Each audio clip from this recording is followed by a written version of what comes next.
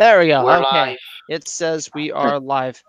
So hello, greetings, internet. We are Hi, internet. back for our weekly casual lore chat. This is week 23. We've been doing this a long time now, or it doesn't feel that long, but it's been a while, hasn't it? When do we stop? I don't. I don't know. Almost 36. I don't know. This train don't have no brakes.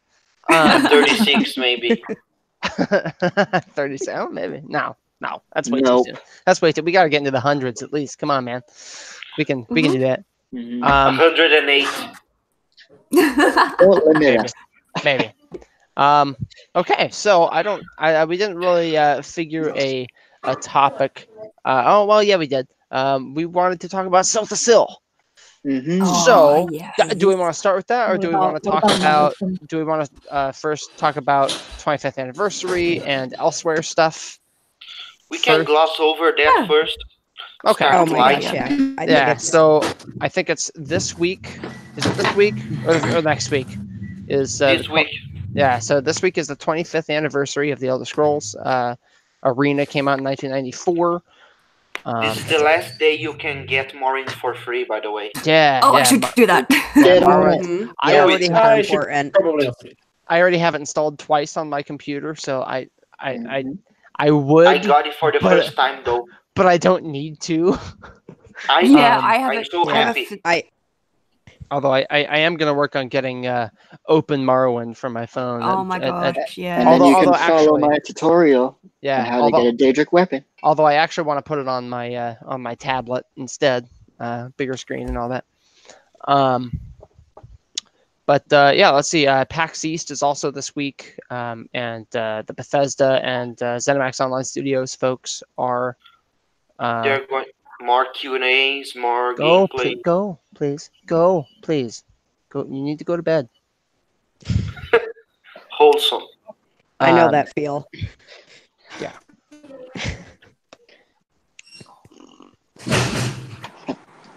Hey I guys, enjoyed a drink. Woo. Hello. Hey, Barry. Barry. what's Barry. happening, guys? How's it going?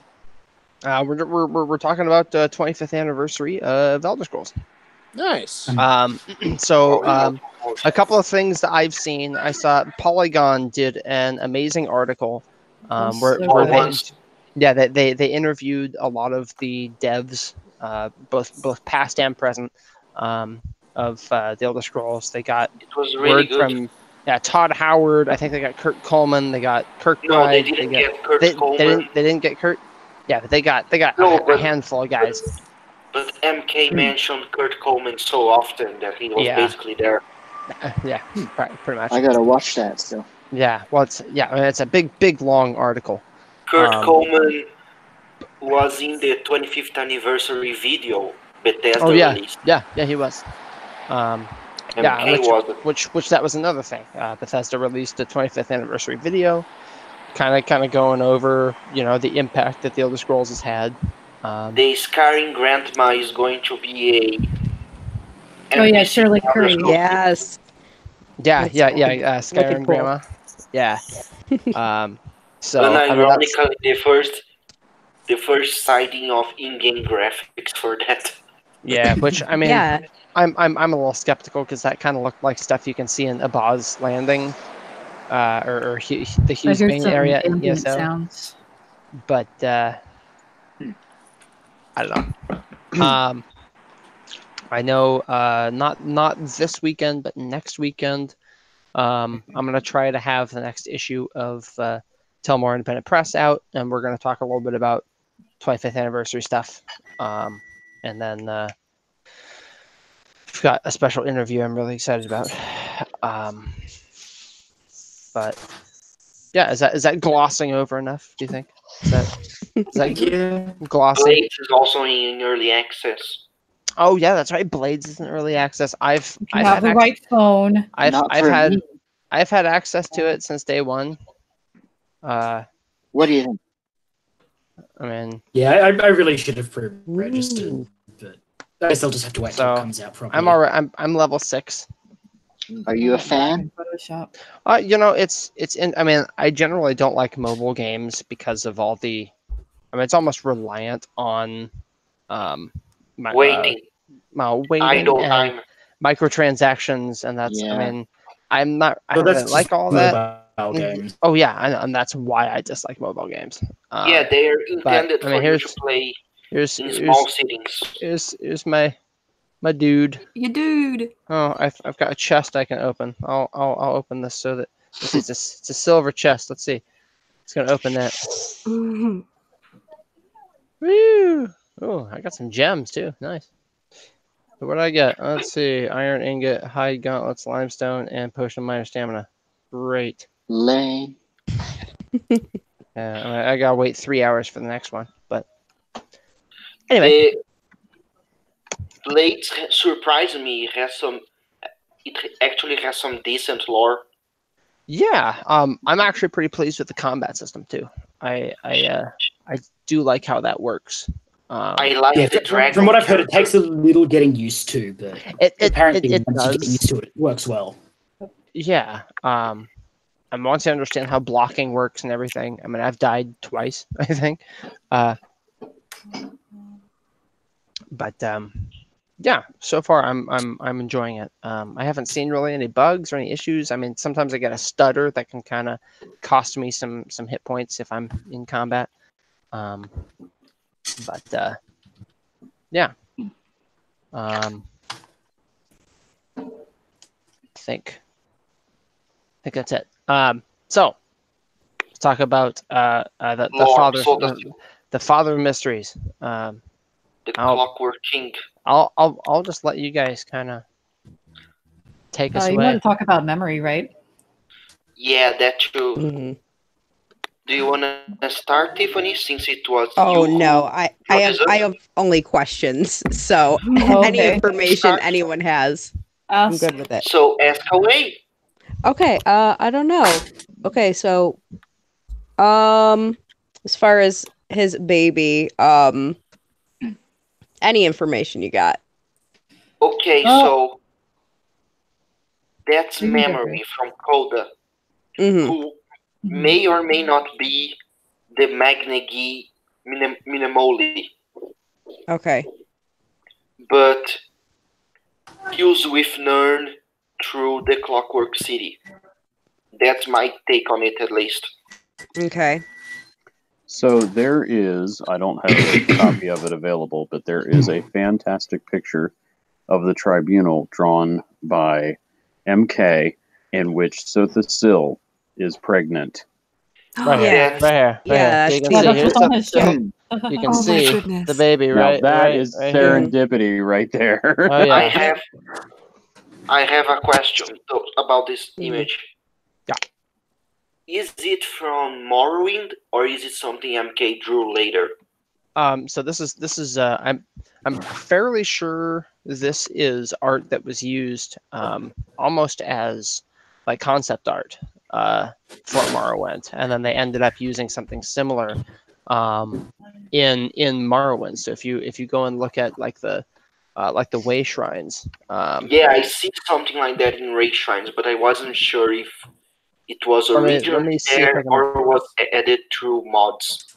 let me see if I can pull up actual way shrine here. I may just have to open up the construction set and take a look that way. I don't know how much Google is going to. So, Silence, you said he's pregnant with memory? Yes, MK confirmed it, Yup. that his baby is memory. Okay. Like Yeah, memory? and I that memory is probably intended to be some sort of like archive for everything that has ever happened on Nern. Yeah, Yeah, wow. Nasty. there's quite a Interesting. few people who Okay. believe that after Sotha still is after he's been killed by Almalexia, that the reason why he didn't speak with her is because his mind was already gone. He had already uploaded it to Yeah. Clockwork City. I've He It would not uploaded surprise me if heard that. Sotha still had a mind copy. he uploaded his memories into the Clockwork City okay. as Mhm. stars. So, would that represent him giving birth? No, Maybe. The other Mm. piece of the puzzle is that there is in the Clockwork City, I believe I'm getting this right, a chronosphere wherein Sotha records his memories. It's the mnemonic in the planisphere. Yes, that's planisphere, the one. mnemonic planisphere. Thank you. Sorry. Where he records his memories in the shape of stars. Yes, I just said that. Yeah. So the memories don't die. So take those two pieces of information and extrapolate. So that's like a prototype of what he was trying to do, essentially. Well, we know that the on a much Clockwork larger City scale can reshape the world, right? And also forge the future. Memory, I think, is the culmination of the Clockwork City purpose. Well, that was his end goal, is to create a new Nern. Yes, and so he succeeded in a way. Most of the things I can offer... Oh, I'm sorry. Go ahead. He preserved all of memory even after time was destroyed. Here's an interesting concept. If there was a dragon break, what would happen to that system? Memory. Yeah. Yeah. I mean, Coda is nothing. Coda is already takes place in the biggest dragon break of them all. And technically, time works differently in the Clockwork City, kind of similar to how it does in Oblivion. Yeah. And it would probably not, if there's a dragon break on Tamriel or Nern, it probably wouldn't affect the Clockwork City. My interpretation, but that actually reminds me of something. I saw somebody ask recently something about Jigaleg, because Jigaleg has a library of every event that's ever happened. So if a dragon break happened, would the library contain every possible outcome? I would imagine it would contain what the Jills repaired into Tamriel Prime. Yeah, I think you'd have to specify the difference between that and Apocrypha. Yeah, so wasn't that the reason he went mad? Yeah, I was going to say that sounds like that would be maddening. Yes, kind of like an Elder Scroll. I mean, unless you're Hermaeus Mora. I'm looking at the truthing sequence right now. Because I mean, let's. Okay, I'm sorry. When you have a moment, let's discuss the truthing sequence. Yes. Okay. Yeah. Well, because like I think about. Well, I think about the warp in the west, the ending of Daggerfall. That was a dragon break, and there are 6 different endings. The Jills put those together in such a way that they all happened. It was the best way they could piece it all together and still keep the timeline. They could stitch it back together at some point. Here's the line from the truthing sequence. If you can read it, I'm going to post it in the chat. Kind of a long. So I'll read it out loud since other viewers can't see it. The third truth of the mainspring ever wound is the truth of the Daedra. In the days before the first ignition, the Chimer people bent their knees to the false princes. Can you take a second to decide how much lunch you want? Yeah, okay. Yeah, how much lunch you want? Get all that lunch. That happens. I said the Chimer people bent their knees to the false princes, the web spinner, the prince of plots, and the queen of dawn and dusk. I do not use their names, as name cleaves one from another. You know them well, child of the tribunal, for every time you bear false witness or make foolish boasts, you do so in their name. Their words corrode and weaken the heart. Their threats loosen the fasteners and break the seals. They are the anti-gears that turn counter to the nameless will, servants of the Patamaic untruth whose nature is void.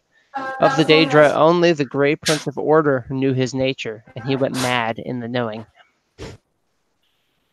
I think me and Trainwoods actually went on like a super long tangent about the relationship between Jigalog and Sotha. I actually feel like the Truth in Sequence, I feel like, is written by a different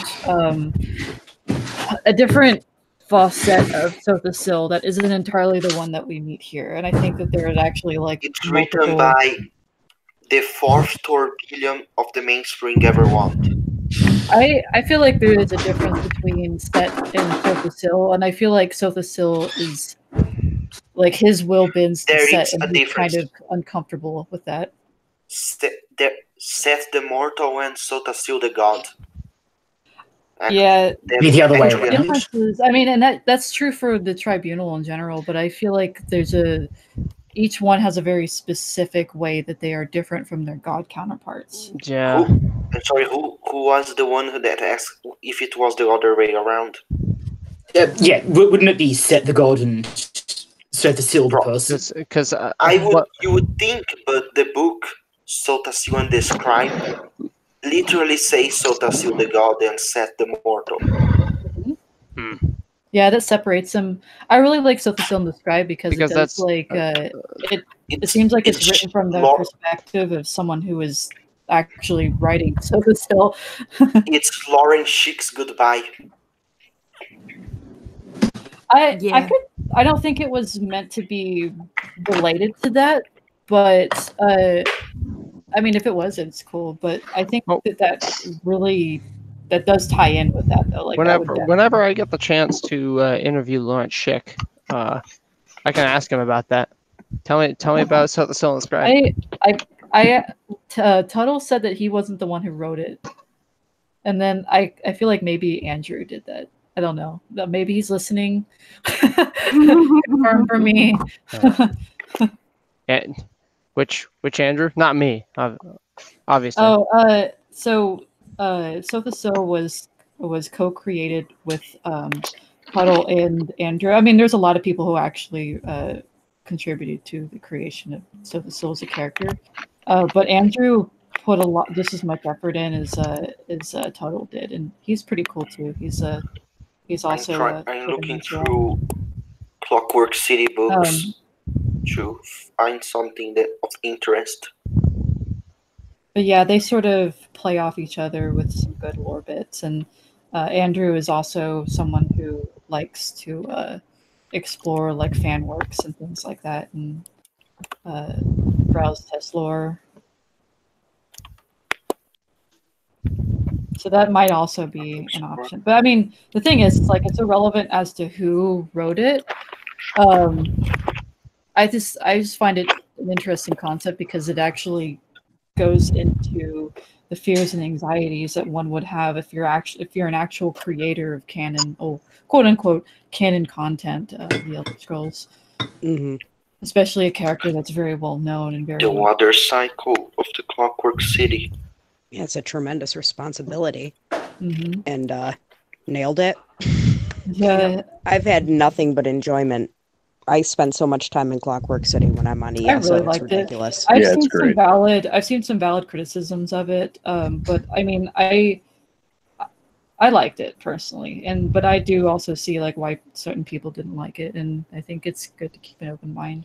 Yeah, and there is room for criticism even when you do really like something. Like we can't, or we're not always going to be like every single facet of media. You know, I think it's extremely fair and also it's almost expected that we would have criticisms of something that we really enjoy. Yeah, and I think like a lot of people tend to think that like, oh, if you don't like this, like, get out. And I'm like, oh, I actually want to hear like why people don't like things. Yeah, because it means that you can like it creates a dialogue. Yeah, and also opens up, the possibility of improving on those things in the future. Yeah, feedback is critical. Yeah. Yeah, I really liked it, but there's a lot of other things too that I've just, especially in the original content before any of the DLC. Yeah, the base game slept on. Yeah. I actually do want to start focusing more on the original content for Sotha, and what's the book that goes over where they were like It's that one's an original Morrowind book, I think, right? The one where they're where Alexia is like facing off against Aaron's Dagon, and then it goes back to a lot of the stuff about the Imperial Throne. That's 2,920. That's right. I was like, it's a number. Last year of the first era. I really like that book. I can see also where I know it's a historical fiction, but I can see where they got a lot of Sotha Sil from ESO's like personality from that. And there is a book talking about the mnemonic plane sphere. and that book also has Iakesis in it too. No, yeah, it does. I mean, not the one you're talking about. Yeah.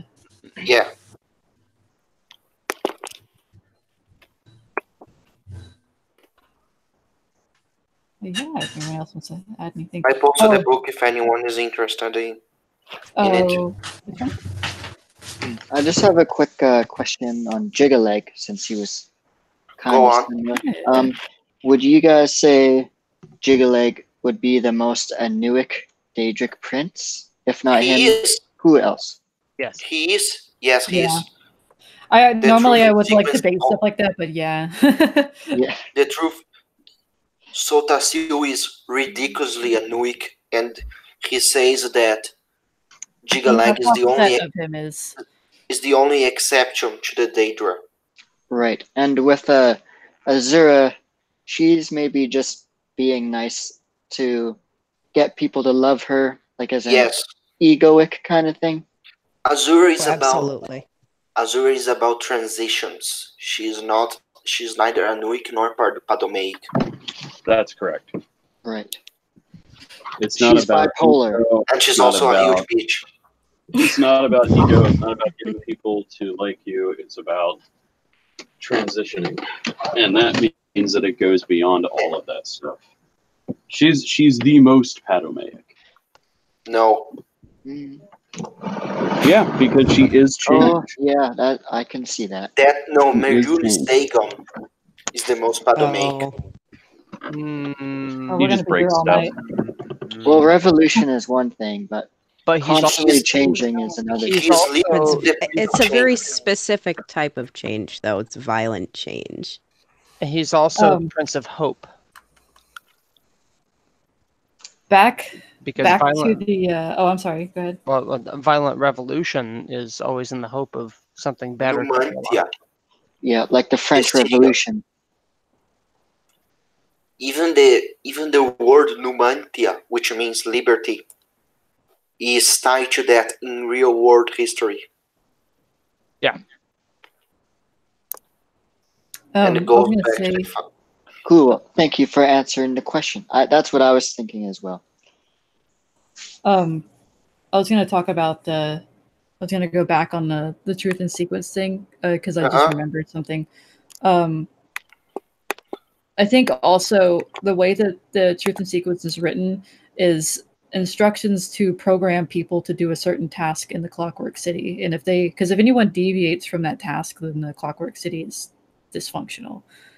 Like it doesn't really have a lot of room for people to like it has its own goal, and people. I agree. That. Yeah, I don't think Sotha Sil himself particularly agrees with the things that are stated in the Clockwork City, but in order for it to function the way that it needs to, the followers of Sotha Sil need to abide by those. Like, look at Proctor Luciana.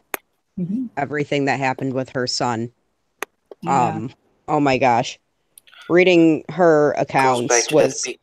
That's why I had to do the fan art for that, because I was like, I need to do something for this, because this is tearing my heart to pieces. I always read it like a graphic novel. Like you can see the panels in there, and just oh my gosh, you could just the heartbreak is so tangible on all sides. It's a bit much. I actually wanted them to like probably portray more. Like one of my criticisms of it is that like the book portrays a Sotha Sil that actually shows emotion.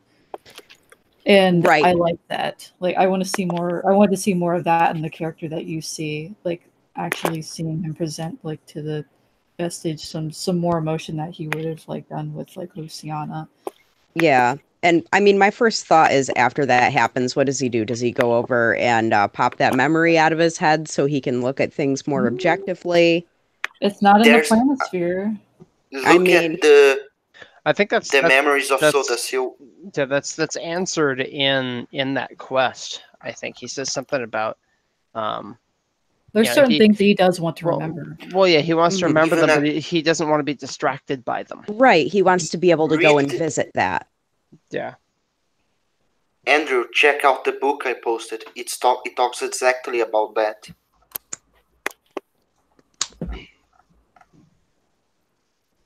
Kind of a noob question because I'm very unfamiliar with Almalexia and Sotasil. But Sure. can when he takes his memories out, does he ever forget things? It's not that he forgets. Yeah. It's that they cease to have emotional impact on him. Yeah, he can just observe them now without any kind of emotional. Yeah, like, which is like when you're They walking around, become like just data to him. when you're no when you're longer- walking around the planisphere, you can hear glimpses of his relationship to his sister, and his mother, and they love her, and Divate Fear and Nerevar. It's amazing stuff. And I may be spoiling things for myself because I haven't really completed Morrowind yet or Clockwork City in any way. But does Vivek basically admits to the foul murder? No, he doesn't. No, he doesn't admit to it. Well, I mean, there's in the 36 lessons. Yeah, it's a secret message. Right, but not him personally. Yeah, yeah. but the other version almost of him. does. Sotasil almost does. So you'd think if he was able to detach emotion, he would be okay with telling you the truth. But does he? I think it's the truth. Sotasil still has emotions. He he tries to isolate them. But does he admit to it? He's got more important things to prioritize. Yeah. To answer your question, Johnny. Yeah. When he's talking about Vivek, he says that Vivek and him are bound by guilt and regret. Okay. So he doesn't elaborate on that, but it's very obvious why. And the memorial that he has too. Yeah, he has a holographic memorial to Nerevar. Right. Something I honestly feel like this. Like, I know a lot of people also subscribe to this thought, but one of the things I think of what I think happened with the tribunal betraying Nerevar was, I think, like, they let him die. He was already previously injured and he probably could have been saved, but they knew, like, from a political standpoint, this guy's starting a lot of wars. He's getting in the way of like our goals. We can just let him die. And this is what he says on the memorial plaque for Nerevar. There's a theory I read one time that said that the tribunal knew that if they defied Nerevar's wishes, that Azura would make him immortal. So what they did was done out of love.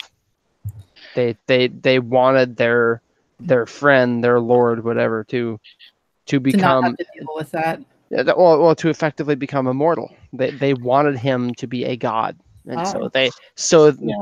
by facilitating his murder, stealing his feet and his face, and his gender.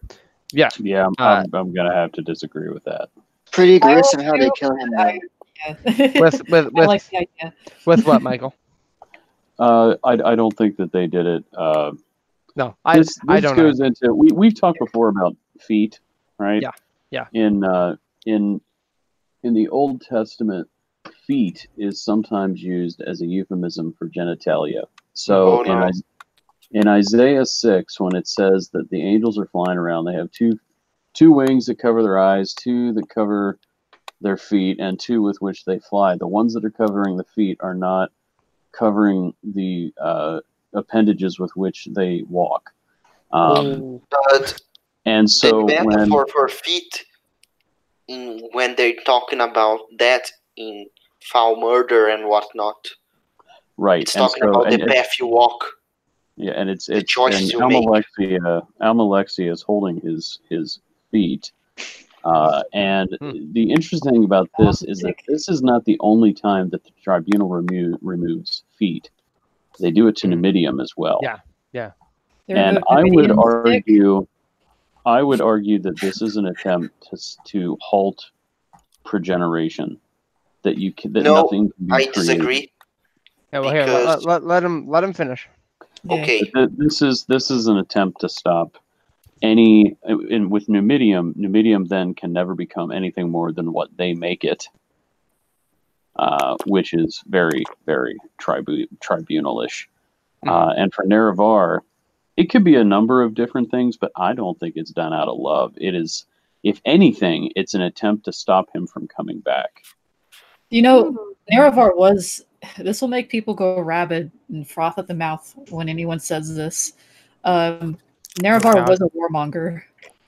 By definition, he was a war leader. That was his whole. Yeah. That was his whole thing. He was a warrior. He started a few different wars. A warrior king.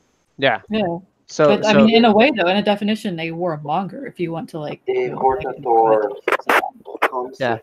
So Matt, what were you gonna say? I was going to say that I view feet, as it's talked about in the lessons and some other places, as a metaphor for the choices you make, the paths you choose to walk. Why can't it be both? Right. Why not both? I mean, that's the cool thing with literature, and you know, depends on your interpretation, I guess. Exactly. I mean, if you view things through different lenses, so you could read, like, let's make a real world example here. If we take Dracula, for example, my favorite piece of English literature ever, and we read it from a feminist perspective. So we are now choosing to interpret things from the feminist perspective, through a feminist lens. We look at things like Lucy Westenra. She's the woman who she's the first to succumb to Dracula's charms, and she becomes a vampire herself. She embodies the new woman, which is like a proto-feminism of the Victorian era. She becomes, sultry and sexy and an anti-mother. She's eating children rather than nurturing them. Right. And so is that what Bram That Stoker? was feminism back then. Well, yeah, no, that they were afraid of it. They were afraid of women exploring negative first wave feminism. Exploring their sexuality, exploring the power that they had inherently. And Bram Stoker may have, whether intentionally or not, he was demonizing this idea of, because he was an Irish Catholic, and his whole thing was traditionalism. The woman needs to be subservient to the man. That's how they stay out of trouble. That's how you avoid turning into an anti-mother like this.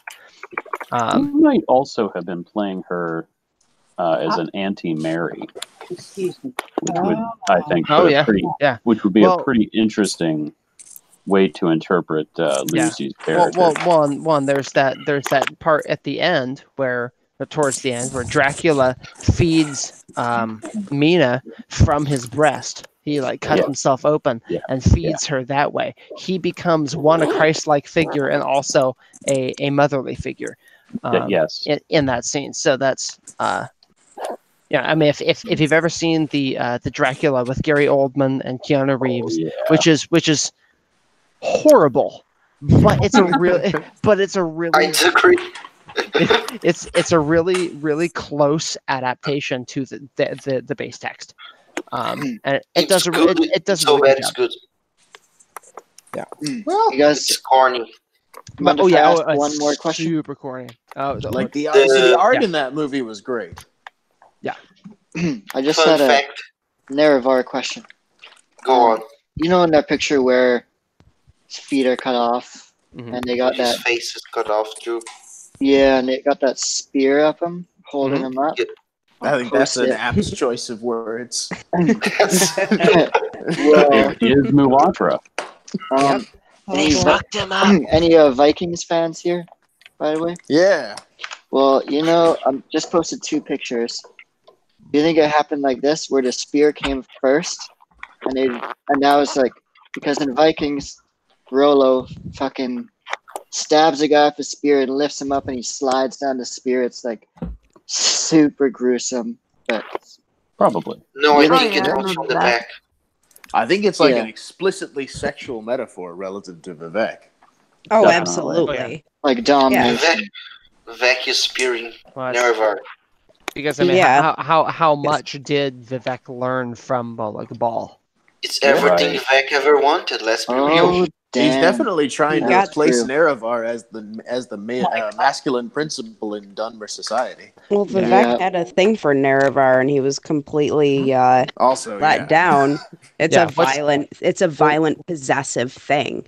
Well, what's that? There's a bit in the sermons where he talks about having to slay the strongest of his children. And Vivek is the strongest. Well, Nerevar is the strongest of his children. Vivek made him. Which again, that's like some reverse projection. I think that it's probably generous on Vivek's part to consider Nerevar one of his children in the realistic account of events. Yeah. But when considering the nature of Vivek's projection of himself onto his own past, I think it's a perfectly logical assumption. Yeah, it's very apt. Okay, so then we're decided Vivek probably did the first strike from behind. Nerevar probably didn't even see it coming. I honestly, though, okay, me being the filthy tribunal supporter I am, I feel like a lot of this stuff was taken from the. I think it's all slander. Like, I think it was taken from the 36 sermons of Vivek, and then Alondro Sol construed it to make it seem like Vivek was doing these nasty things, and that's it's more ambiguous than that. Well, I think it was all 3 of them. I don't think that any of them were innocent. Yeah, I don't think. No, absolutely not.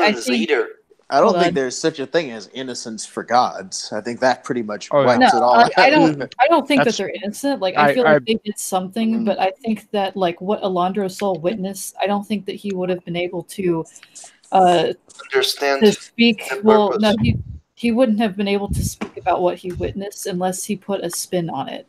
Yeah, he wasn't on a moral level to really process. Yeah, I don't think Vivek actually put his dick in Nerevar. No, he didn't. I did not put my dick in Nerevar. I did not put. I did not have sexual relations with the Portator. I promised myself I wouldn't make these videos anymore. Can I? But there's no proof he didn't do it. I got fist bump that one, Barry. I don't think he did any of that. I don't think they literally did that, but they did betray him in a way. Andrew, can I ask a favor of you? Fair enough. Good explanations, by the way. Wait, does that mean that they literally fucked him over? Tiffany this is something I've said before to some friends of mine. So Tiffany was the one that brought up that Nerevar loves Vivek, right? That Vivek loves Nerevar, right? Well, I don't think it's necessarily a love thing. I think it's a avarice thing. I think he's jealous and possessive and wants what he has or what he perceived him to be. Well, yeah, he projected. Hold on. Maybe it was love. We've got 3 potential types of love here. Yeah. To think about. We've got platonic love. You are my brother, and so therefore I love you. I think he resigned himself to that in the middle. There's romantic love, which is I want you to be mine. I want to have you, and I want to be romantically linked to you. And then there is capital L Crowleyan love. Yeah, it's all 3. I think Crowley. I think it started off as. Yeah. I think it started off as a very physical wanting for him. It became platonic when he took him under his wing, and then he wanted it to be something more. And consider their first meeting. Nerevar literally found Vivek on the street and Vivek was offering his services to him. Yeah, he's trying to get him to go upstairs and get high with him and fuck him. No. Yeah, I'm sorry, but Sometimes that's how it goes. Yeah. So, Well, if Welcome depending to on how you Vardenfell, baby. interpret, Yeah, what? having depending on how you interpret, I can speak. what my beloved taught me, in her HIR original uh, uh, uh, life, Vivek was a prostitute. yeah, and like a vagabond. He kind of did whatever he had to do to get by. Yeah, this is actually stated in Coda. He did anything. He killed, he stealed, he sold his body. Yeah, physical manifestation of how unfair the world he was born into was. Okay, so if we go by the assumption that Vivek wanted Nerevar and resented Almalexia because of it, consider this. The 36 lessons are his self-insert fanfic. Oh yeah, Yeah, absolutely. definitely. Oh yeah. I guess my question is, I don't know what. It depends on, I think, what you mean by resented Almalexia. He is very in the 36 lessons. Vivek consistently paints Almalexia negatively in subtle ways. That's true. I think maybe he's projecting onto Almalexia as well. He describes her as unfaithful. He describes her as sexually promiscuous, and he describes Nerevar as like those are more. traits that he considers negative. And Sophocles does the same thing. Yeah, I don't think so too, but well, and remember, sexual promiscuity is kind of a norm in Dunmer culture. I know. Young Dunmer women are well known for that, and that's go and sow your wild oats. I mean, they don't give a shit. But Mephala is one of their progenitors, so yeah, Vivek of all people is certainly not against that. Okay, no way. He's the ultimate hippie, but he's a violent hippie. He might just. So I'm going to ask you something, Andrew. Read the first two, because my voice is very bad and I don't want to wake people up. I posted a link there on chat. Oh, okay. So the first two paragraphs. Yes, with this assumption that the lessons are Vivek's self-insert fanfic. Okay, so we're reading Lessons of Vivek, Sermon 31, as self-insert fanfic. Many more years passed in Resdania, and the high priests of the Dwemer were almost ready to make war on the rulers of Veloth. The Hortator had become the husband of Iam during this time, and the first saint of the Triune Way. Vivek had tired of fighting his sons and daughters, and so took a respite from trying to find them. Hortator said to his wife, "Where is Vivek, my teacher? I love him still, though he grows cold. His lamentations, if I may call them that, have changed the skin of the whole country. He is hardly to be found anywhere in Veloth of late. The people grow dark because of it." I find this line so funny. Sorry, I just do. No, yeah, I mean it's definitely a rose-tinted version of the past, almost. Yeah, yeah, it is. And the mental image of unreliable narrator. The mental image of Nerevar turning to his wife on his bed and going, "Where is Vivek? I love him." Yeah, you know who? Where's my lover Vivek? I tell you who I'm thinking about. Well, and then in the next paragraph, Almalexia becomes a dominatrix. So and swallows. Perfect. Oh yeah, she says, "And Iam took mercy on her troubled husband and told him that the sword of the Triune had been fighting minor monsters stored up by the Dwemer as they worked on their brass siege engines. She took the Hortator inside her and showed him where his master was." This sermon is named the listening frame. That's rather a positive portrayal of Iam, though. Man. It really depends. You know, that actually reminds me. This is going to sound weird, but that phrase, "She took him inside herself and showed him where he was," actually reminds me of a story about Vlad Tepes, Really? which is quite horrific. but it may suggest that AM is saying, well, he's here because he's been here before, type of situation. I mean, I don't know. It's the 36 lessons. It could be really weird. Well, and that's honestly that's the genius of it, is you can take one phrase and you can interpret it multiple ways. And, who enters paradise enters his own mother. It's a Mankar thing. Yeah, I mean, yeah. If we take Mankar Cameron into it, yeah. Oh, and good that throws a whole other. Wood Elf Jim Jones. Yeah. Vivek is right. Because inside of Almalexia, Vivek is writing the lessons. He's remaking his own history. So he's returning to his mother to become a new thing. Well, we deviated awful far from Sothasil in memory. That's the fun thing. That's the fun thing. I actually that's questions and some other things regarding the Chimer. I mean, Sothasil was always my favorite of the tribunal. Oh yeah, no, I mean, and the thing I like about the tribunal in general is that every one of them, they're a tragic hero. Yeah. Oh yeah. Like categorically, that is what they are. They have their flaws, and it is their flaws that ultimately undo them. Yeah.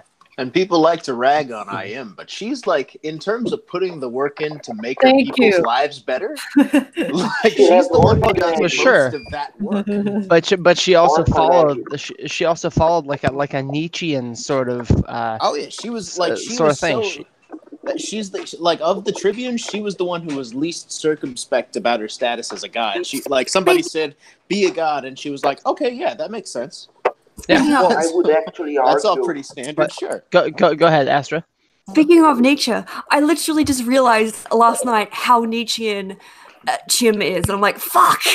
Mm-hmm. Yeah. It's like it's almost like a direct translation. Kim, Chim, Chime. Yeah. However you want to pronounce it. CHIM all caps. But it's what? Sorry. It's Nietzschean. So it really follows some of Friedrich Nietzsche's philosophy. Nice. The nihilism guy. I've got a couple. I've got a couple of Nietzsche's works. I've got Antichrist, Antichrist. I've got on being good and evil. One of the there's not a lot of things that I agree with Nietzsche, but like one of the things I actually do like about him is that he does like almost criticize his own viewpoints commonly, which is I mean, dude's pessimistic as hell. Yeah, but he's not he did have a pretty solid circumspect. Yeah. If I may speak, getting back to Sothasil. Yeah. You were just saying that Almalexia is the one that took the mantle of a god the most, and I definitely agree with that in principle, because I think she internalized it the most. Sorry, I interrupted. She sells herself as a god the most, but I would argue that Sothasil acts like a god the most. I agree.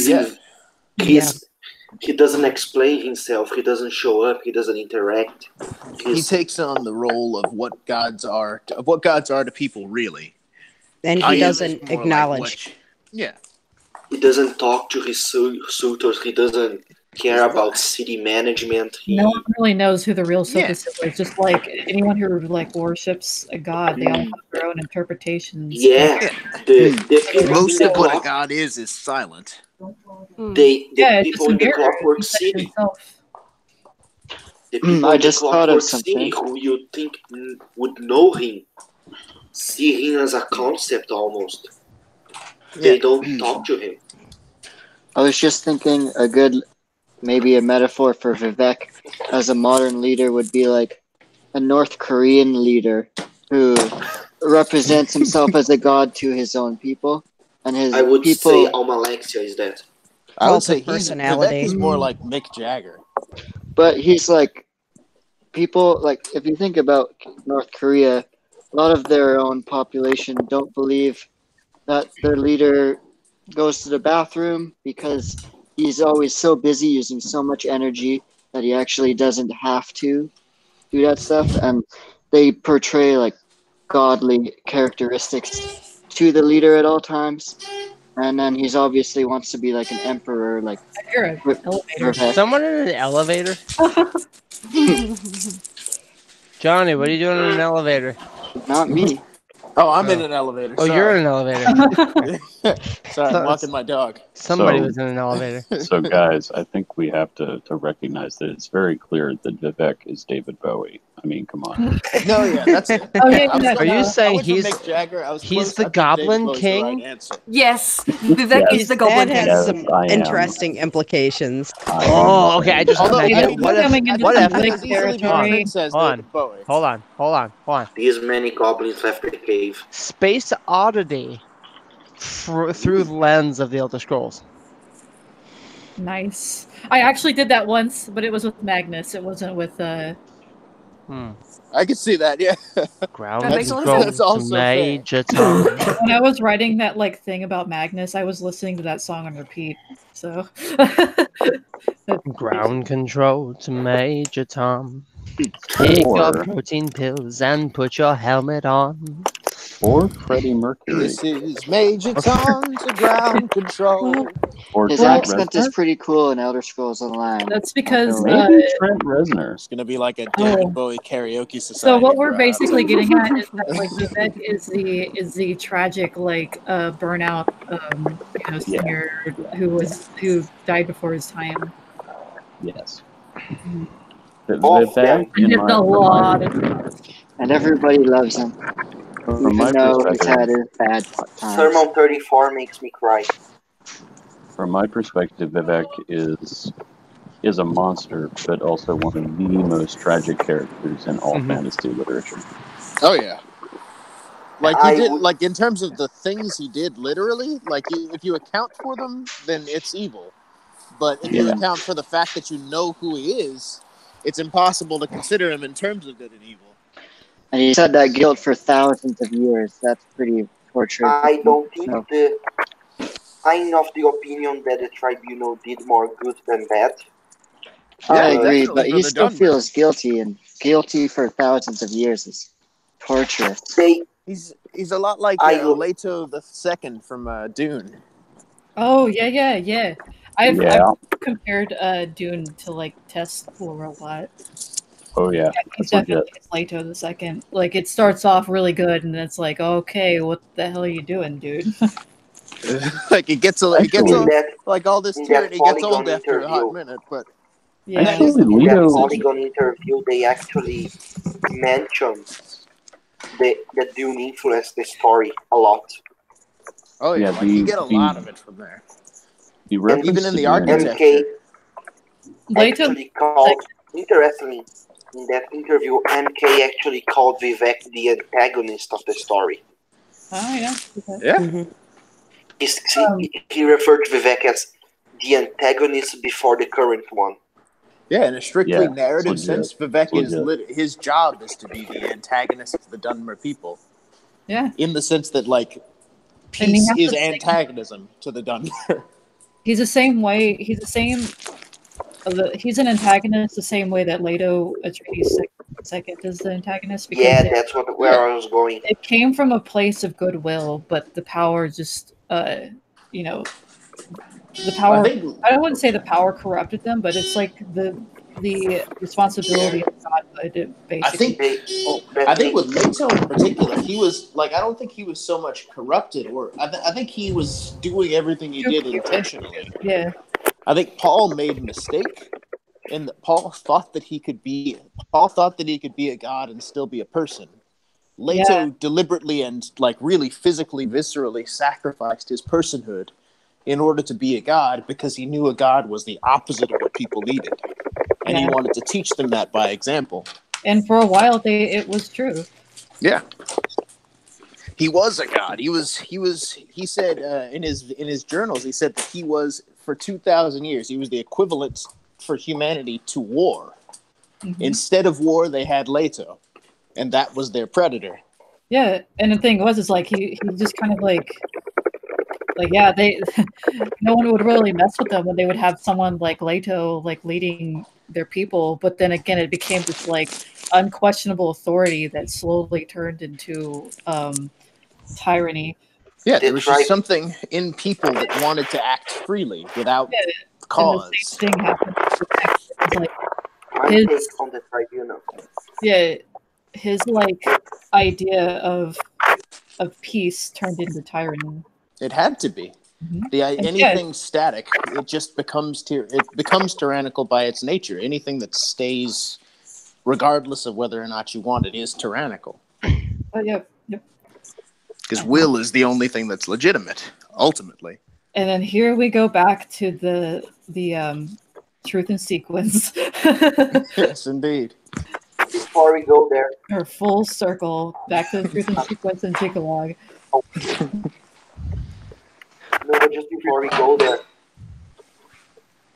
I think that the tribunal were the way they are because they were gods that carried the greatest burden a god could ever carry, which is being human. Yeah. Having all the burdens that are human, that comes with being human, all the flaws, all the emotions, all the guilt, all the choice you have to make, and then applying that to the divine scale, that breaks you. Yeah. Essentially, that's what Dagoth was to them. Dagoth was a reminder that they used to be people. And just drew them back, like narratively speaking. He was like, Vorin Dagoth was a person they knew before they were gods. And a person who knew them before they were gods. And when he comes back into the picture, narratively speaking, that's the final, that's the end of the circle of their arc. That's mortality coming back to get them. Yeah, it's the ultimate liability. Something that always makes me sad too is whenever I was playing Morrowind, and a lot of like Dagoth like followers, if you're like invisible, if you're like sneaking around behind them, you can hear them just talking about like how they or if you can no, I think it's if you can charm them. Basically all they say is just stuff like, oh, like when will senpai notice me, like when's he gonna talk to me, and it's just like it's really sad though, because it's like they want that human interaction with him. Their humanity is being like tested, and they want to be able to be close with him and be human. Don't they talk about awakening? Yeah, there's just some weird stuff. But when you're like purely invisible and talk to them. I like when they talk about how they stack the chairs, but the chairs still won't be quiet. Yeah. That's good stuff. That's my favorite. The sleeper is so truth in sequence. What we're going to say? Oh, I just said we got full circle. Yeah.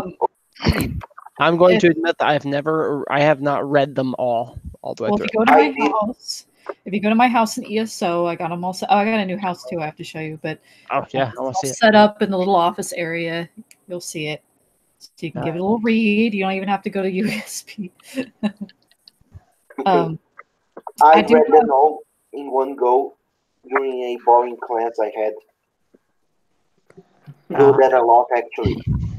Yeah, I actually like went and found them and just like was reading them all out of sequence. And I really liked them. I tried to find the rest of them. I like the one which describes the fight between Sotasiwa and Almalexia against Dagon. That one's just, there's no deep metaphysics there, but it's freaking awesome.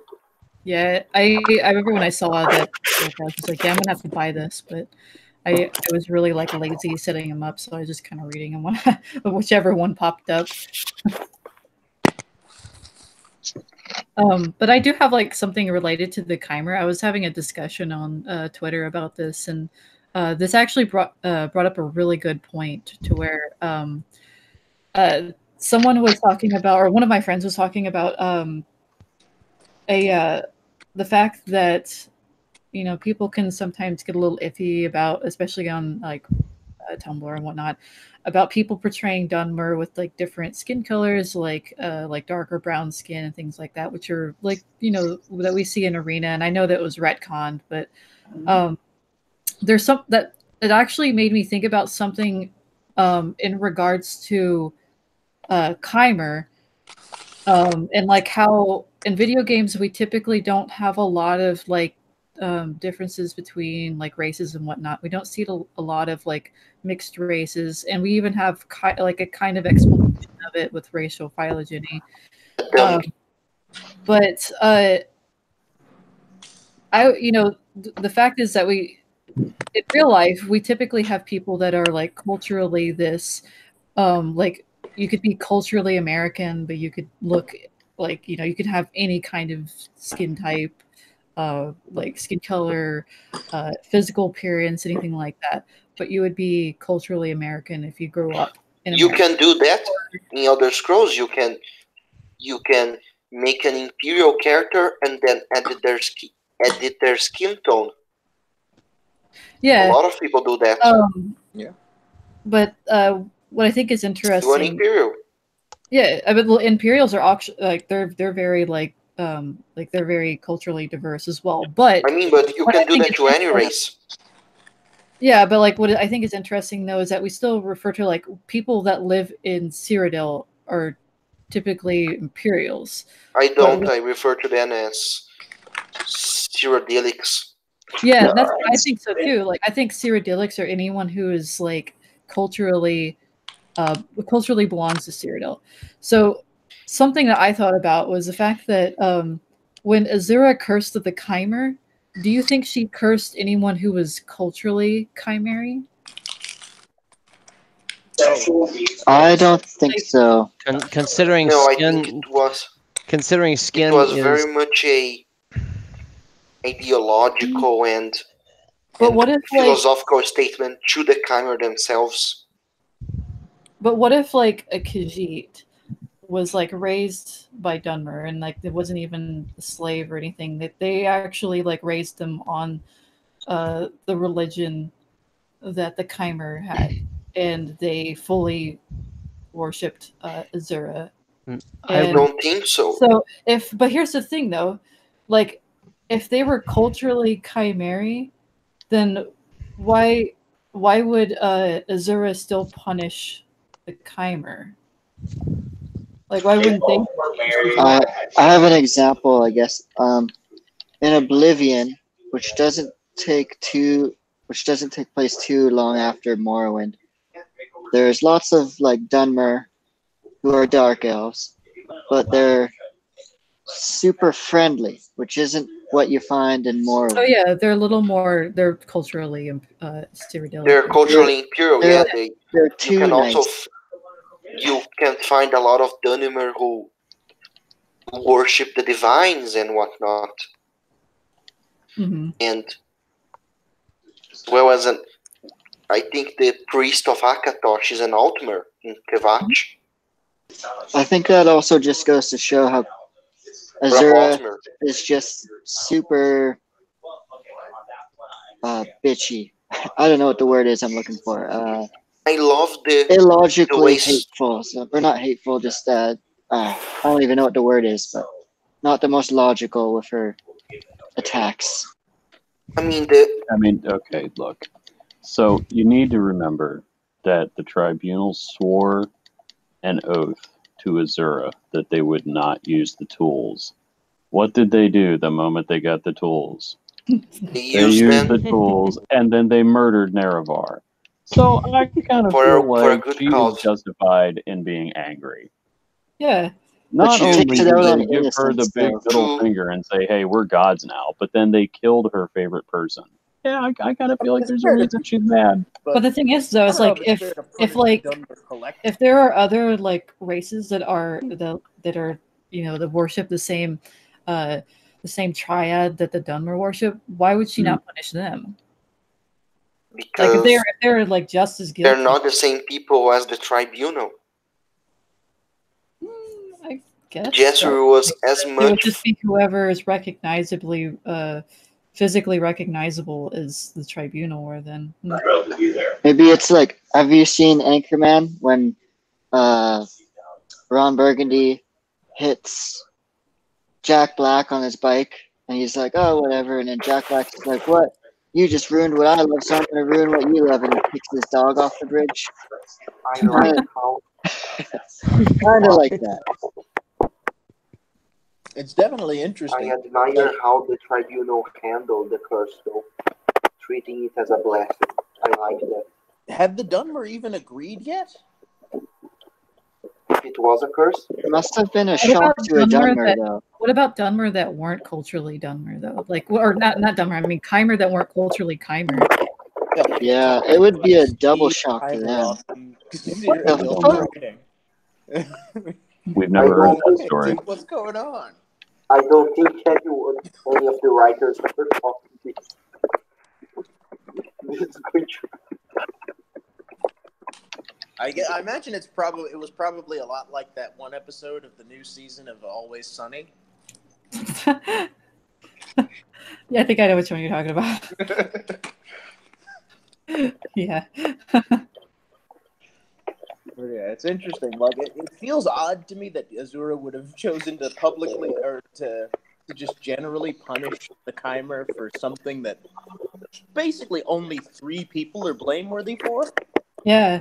Well, I mean, but then she how much overreacted. Maybe a little overreaction there. Not even like it was a real actual punishment. Yeah. But it was like, it's different. Well, it seems excessive. I guess it would. Well, it would make sense though, because it's like, you wear your ideology like skin and tests. So it's like, okay, so you guys want to be like this now? Okay, then I'll make you look like this. So that was just kind of like showing off the extent of her power. Like, all right, if you want to look a fool, if you want to act a fool, then you look a fool. Like exact line, or not. Like it was. There's actually a thing. What you made me do. Yeah. There's actually a thing in Christian theology about this, and it deals with how is original sin transmuted, and I'm not going to go into all that. But the relevant part is that one of the theories is that all people suffer from the sin of Adam because all people committed the sin of Adam in Adam. Oh. Like on some cosmological level, you existed in his balls. Adam. Yeah. Right. That's the literal version, but there are metaphysical versions. The sins of the father. Like that doesn't make a whole lot of moral sense. That the sins of the father are the sins of everybody, and so in this, to translate that, it would like be they're that also the ancestor, or not the ancestors, but the ilk from the people who were cursed are basically responsible for recompense. I'm sorry. That's what if I were any Dunmer, I would have been like, I didn't vote for him. Yeah. As far as I recall, I voted There's also one other link that draws to Mormonism, I believe, where I might be getting it wrong. I'm not too versed in it, but isn't it in Mormonism they believe that African people were cursed with black skin because of their ancestor? They believed that until 1973. You guys were talking about being culturally Chimer and whatnot. It's similar. Yeah. That actually reminded me of how much do you guys put trust in the second edition pocket guide? Probably trust the second edition a little more than the first one. I gotta read it again. There's an article of it that describes an island called Katnoquay. I think that's how it's said. I can actually post the original thread on the chat there. It's an island east of Morrowind, east of Terraville. There's Chimer there. Literal Chimer living there. Yeah. Mm-hmm. And they're Chimer and Nords, and they live in peace, and they're harmonious people that don't know no war. And that's viewed as absurd. Huh. Well, I mean, that would also be a kind of a cool instance of like the Chimer avoiding the curse because they just weren't involved. Yeah. And then, Yeah, that's what I was thinking. That culturally they're nothing like the current Dogma. yeah. So I was like, you guys are fine, but you're on thin ice. They hardly have a government. They hardly have state or economy. They're just like living harmony there on that island. So maybe the Chimer that weren't culturally like the ones in Resbane weren't affected. One of the things that someone also wanted to to get some info on was how trustworthy do you think the narrator is for racial phylogeny? For what? For racial phylogeny. That would be none. Yeah. That book is complete horseshit.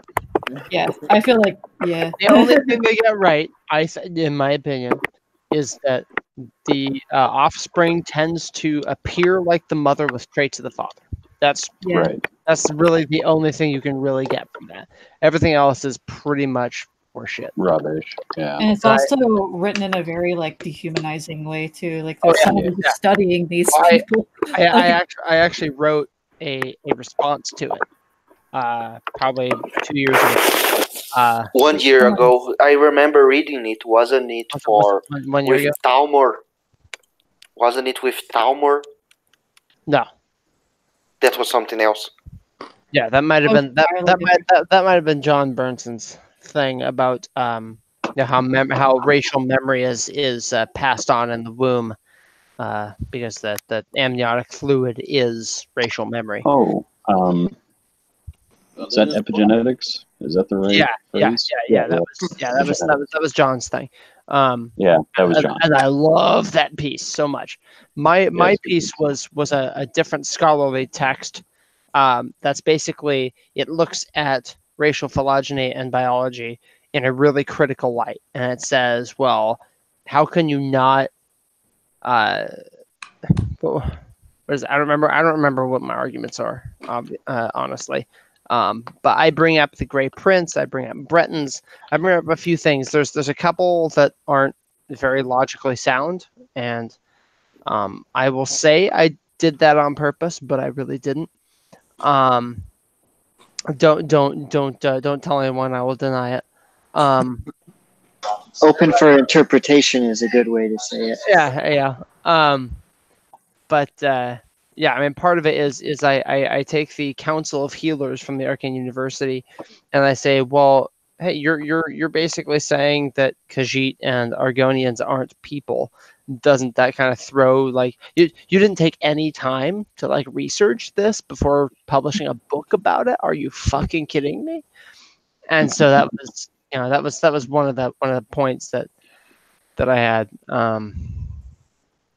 Yeah, why should we take anything you have to say seriously? You won't even take the time to do the research. So I think that's should be on Telmora. I think it's critical. Let me look. It's in articles. Page 3. Is it that far back? No, page 2. Oh, maybe not. No, it's in stories, because it's actually in universe. So I count that as stories rather than articles. Yeah, I have 13 pages of stories. It's called Critical Analysis and Rebuttal of of notes on racial phylogeny. And I will link it here. So it's in the chat there. So for those who don't see the chat viewing after the fact, wow, my camera got all blurry. If you go to tellmoreindependent.net, go up to the top, hover over submissions, it drops down, hit stories, then go to the 13th page, and it's in there. It's called Critical Analysis and Rebuttal. And I make some arguments against notes on racial phylogeny and biology. Yeah.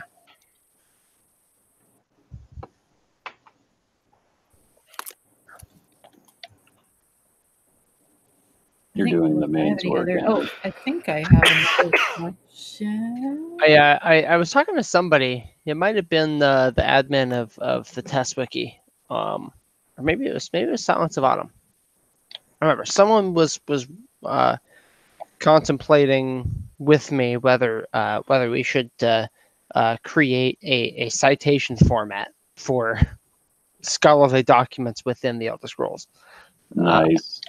Because I think that'd be a fun resource to use. Oh, you're writing a scholarly, journal in universe of the Elder Scrolls. Well, here, use the Imperial University format for your citations. If you're going to cite another piece, then you say, here's the author's name and then the page. Or if you don't have those, then you do it this way, or whatever. I mean, probably won't be an annotated bibliography because bibliographies are a pain in the ass. But that might be a fun thing to do because I'm a nerd and a teacher, and so that's. I have another question on my Twitter feed.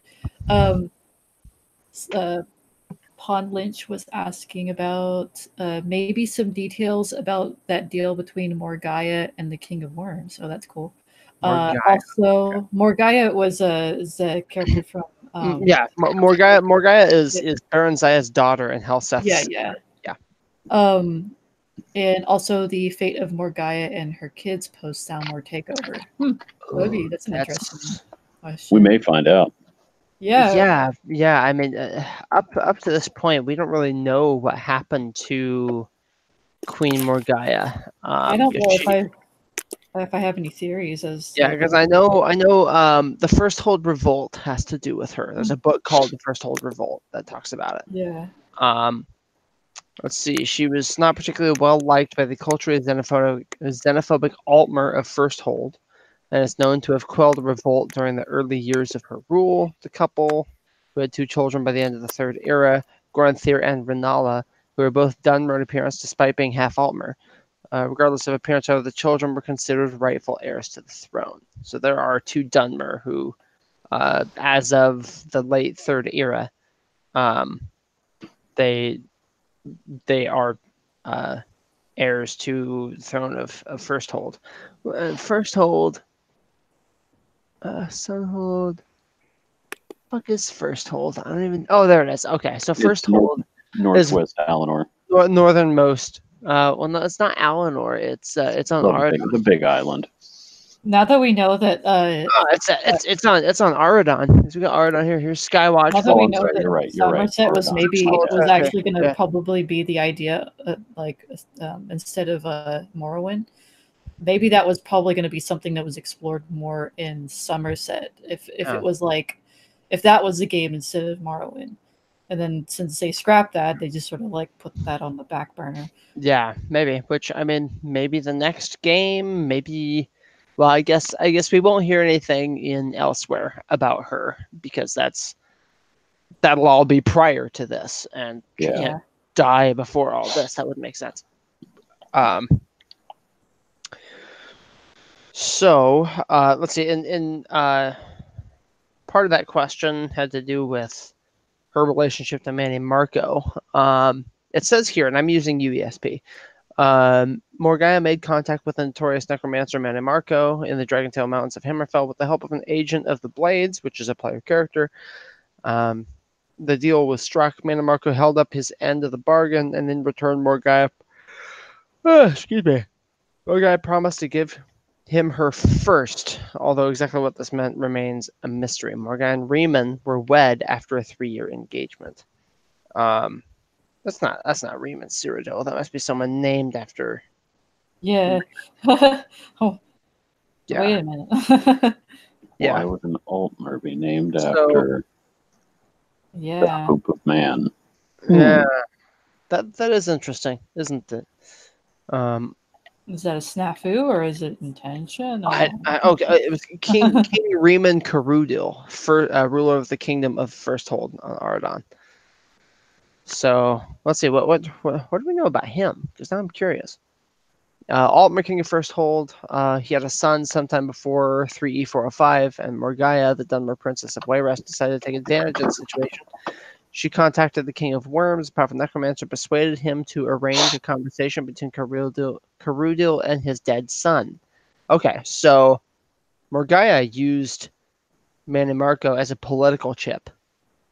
Say, hey, if you can get, if you can arrange a meeting between Karudil and his dead son, well, Karudil agreed to marry Morgaya, making her the queen of First Hold. It doesn't say what Manimarco got. Oh, that's right. Well, Manimarco gets the first. Yeah, the first. Firstborn would be probably. That's my natural assumption. Yeah. Let's see. The Altmer populace were unhappy with the Dunmer ruler, however, and while Karudil was away leading a raid on local pirates, a revolt broke out. Morgaya was able to defeat it, and when the king returned, he had the lead conspirators tortured and exiled. Nice. So, I mean, there's not a whole lot of information about them. I mean, I'd love to read something about what happened after this. Any speculations? Well, we know they had 2 children. So, unless there was a third one that predated both of them, and it was given to Manimarco, what would Manimarco do with that child?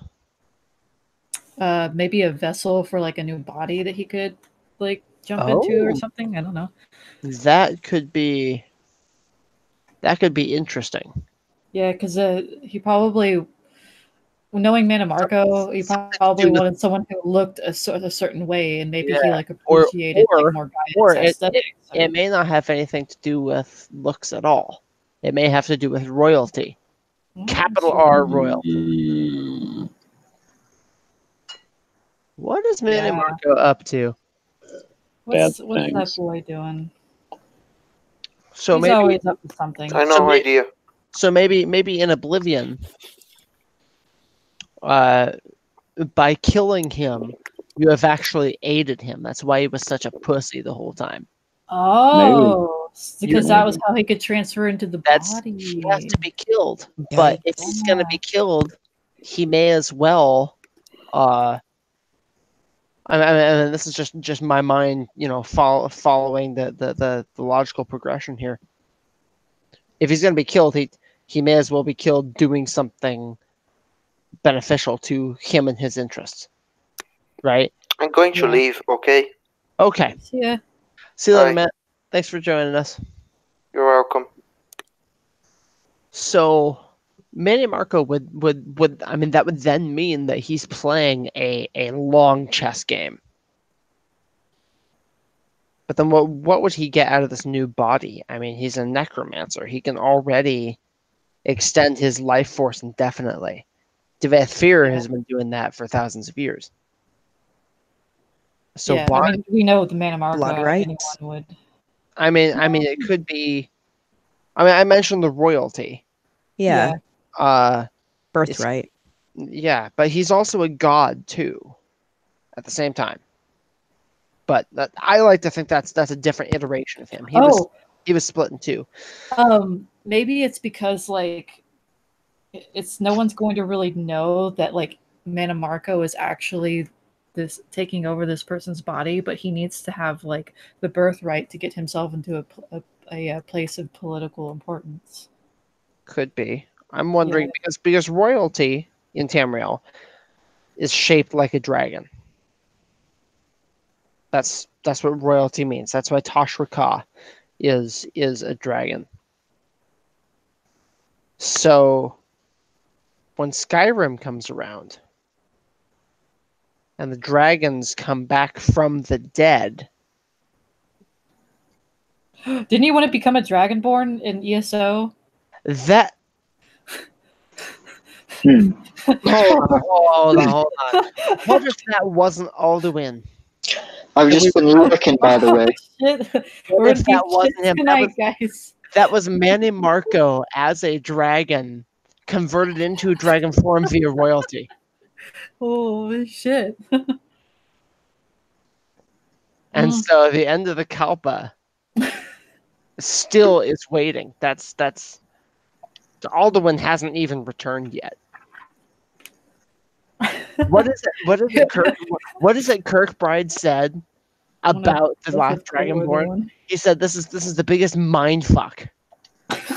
You have been tricked into being the Dragonborn. Or maybe he was talking about Lorcan and Lorcan's connection to Dragonborn. What if this is the whole? What if this is the real story? I mean, I super doubt it, but I'm an opposite Fox Mulder in this. I don't want to believe that. Yeah, I don't want to. No. I'm looking at this through a critical lens, but just the idea of Please like don't be true. The mind fuck of like the realization that Alduin was actually Mannimarco this entire time. He's running around bringing dragons back to life. He is the king of worms. He's resurrecting them. Yeah. Oh, jeez. Now I believe it. It's not good. Don't do this. I mean, I don't really believe this myself, but it makes a certain sort of sense, doesn't it? It's a good thought I experiment. refuse to not believe.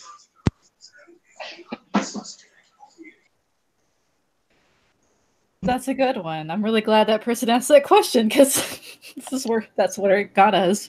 Yeah. I mean, is this really? Oh, that's the whole point of Elder Scrolls, bro. That's it. I've already accepted that Dragonborn is Lorcan, so. Which means. See, now I'm thinking about stuff here. Now I'm stubborn. I'm stubborn in my ways. Oh yeah, no, I mean, because at the end of Sloda, Thras, he mantles Manny Marco and becomes Revenant. And he usurps that place. But Manny Marco still exists on Tamriel as a dragon. So no, he does. I know. I'm acting as if this is true. Okay. What does this mean, and what evidence can we find to support it? Because the dragon is royalty thing. I mean, dragons and royalty. Those are a given. That's why Akatosh has. I mean, he was the king of an enantiomorph at one point, where Lorcan was the rebel. And I just had a totally different thought of a chain of enantiomorphs leading to Mephala being the current ruling king. But that's based on other things. That's irrelevant right now.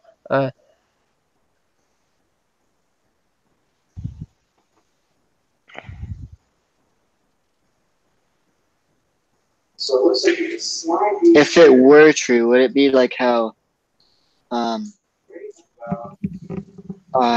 forget his name, but Umaril?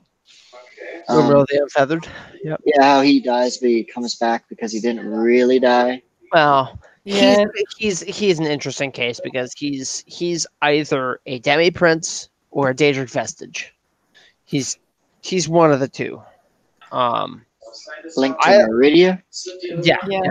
I lean towards He's Demi. like a supercharged Auroran. Yeah, which is part of why I lean towards Demi. I feel like the title of Unfeathered, I think that was probably like a mistranslation of Aliadun, to where he was not he wasn't an Aliad, but he was like Aliadkin. Yeah.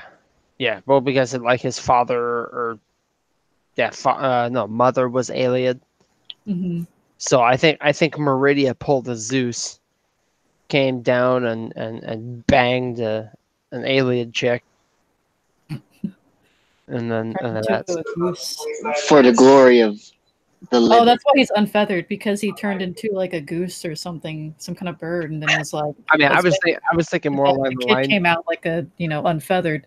I was thinking more along the lines of that Umaril had turned away from his alien heritage, and if aliens, if we follow the they used feathers and shit in their clothing, that he turned away from that. He doesn't wear feathers. He has no status in alien culture. Then that would be why he's unfeathered. He's just a warrior. Yeah. He followed his Daedric lineage.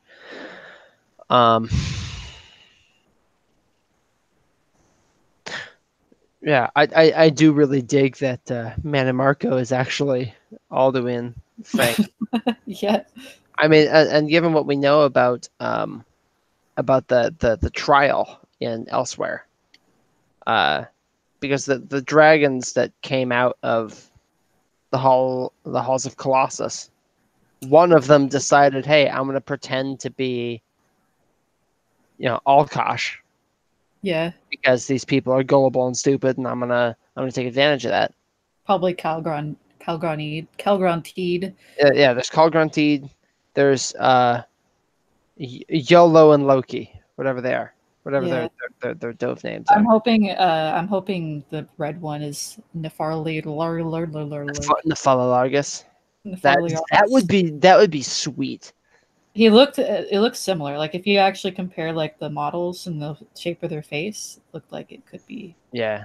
I don't know. I'd like to meet Abilak too. Yeah, but I have a weird fascination with Abilak. I think maybe crazy, but I don't think Numidium is quite crossed off the list. No? No. As I know, Abner Tharn talked about Numidium. Yeah, I think, which is weird. When they talk about the demon weapon, I think that the dragons were a part of it, because I mean dragons were weapons that worked for Talos, but what was Talos's demon weapon? If you think of his actual his big guns, you don't really think of the dragons. You think of or Nephalalargus. Doesn't Cyrus refers to Vivek at one point as a demon?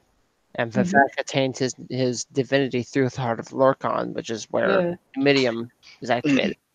Yeah, so I think when people are like, "Oh yeah, the demons mean the dragons," I'm like, which I mean, think it's probably still fairly. If we get to see Numidium, I will shit my pants. Yeah, I will too.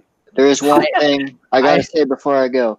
Okay. That it's interesting in Morrowind when you talk to people about Dagoth and people literally say he is the devil.